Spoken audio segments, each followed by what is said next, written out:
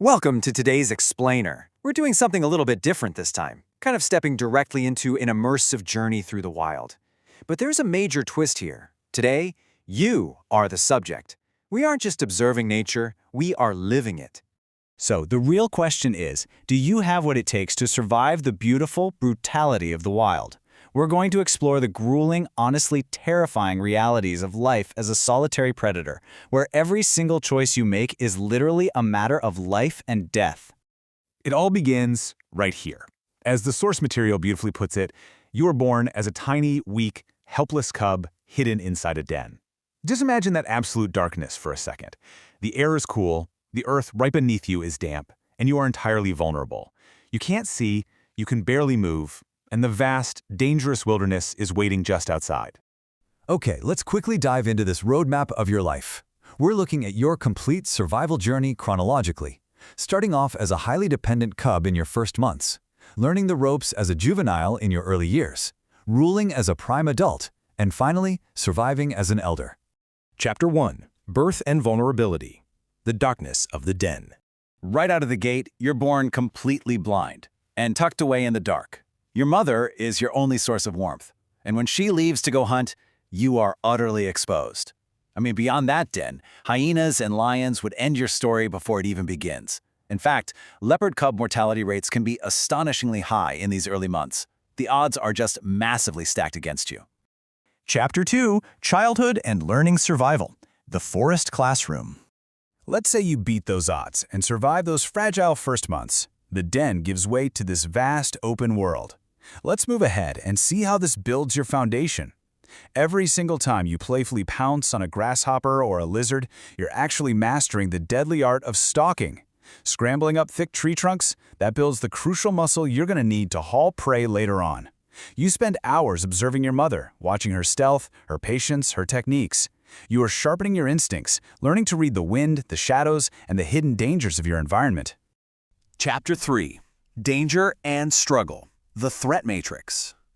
As you enter adulthood, the brutal reality of being a solitary predator truly sets in. The cascading pressures are immense. First off, there's the agonizing reality of hunger when hunts fail. Then, the terrifyingly slow recovery from injuries. Think about it. Knowing a simple sprain means you can't hunt, and if you can't hunt, you die. Add in surviving devastating landscape-altering droughts and navigating highly unpredictable human threats, and the unrelenting weight of solitary survival becomes incredibly clear. Starvation is always just one bad mistake away. Now you really have to understand your place in this brutal hierarchy. As the spotted shadow, you rely completely on night camouflage, silent stalking, solitary survival, and vertical escapes up into the trees. Contrast that with your rivals, lions and hyenas. They are pure brute force. They use overwhelming numbers, pack hunting, and dominance on the open ground. A direct confrontation with them is an absolute death sentence. Your stealth is your only true shield here. Chapter 4. Adulthood and Responsibilities. Mastering the Hunt. This right here is the art of the ambush. You use the dark and your natural camouflage to practically vanish, stalk silently through the tall, dry grass, and launch a sudden, explosive ambush. But the hunt isn't over when the prey falls.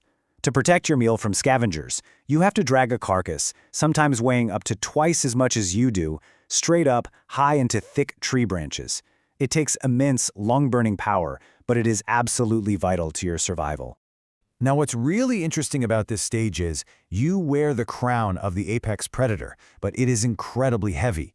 Sure, you experience the massive triumph of successful solo hunts, but you also have to endure brutal, bloody fights to mark and defend your territory and dodge sudden death from crocodiles down at the riverbank. And once you find a mate, the cycle completely resets. You are now responsible for protecting your own tiny, vulnerable cubs from the exact same dangers you faced back in the darkness of the den. Chapter 5. Old Age and Natural Ending. The Final Season. Slower, weaker, surviving alone in the quiet shadows. Your joints ache. The explosive speed you once relied on to ambush your prey is fading. You are struggling to hunt, relying on smaller catches and feeling the undeniable reality of an aging body in a wilderness that demands absolute physical perfection. As the quote here says, you find yourself remembering past battles, eventually experiencing a realistic, emotional, natural ending in the wilderness. Think of the incredible resilience you've shown over the years, the immense sacrifices. Concluding this long, arduous journey is a profound, quiet surrender to the very earth that shaped you. Which brings us to the end of our explainer today. So, what does this all mean? As the golden sun sets on your solitary survival, what mark have you left on this beautifully brutal wilderness? Take a moment to deeply reflect on the visceral, emotional survival journey we just walked through together. You fought, you adapted, and you survived. Keep learning, keep exploring, and I'll see you next time.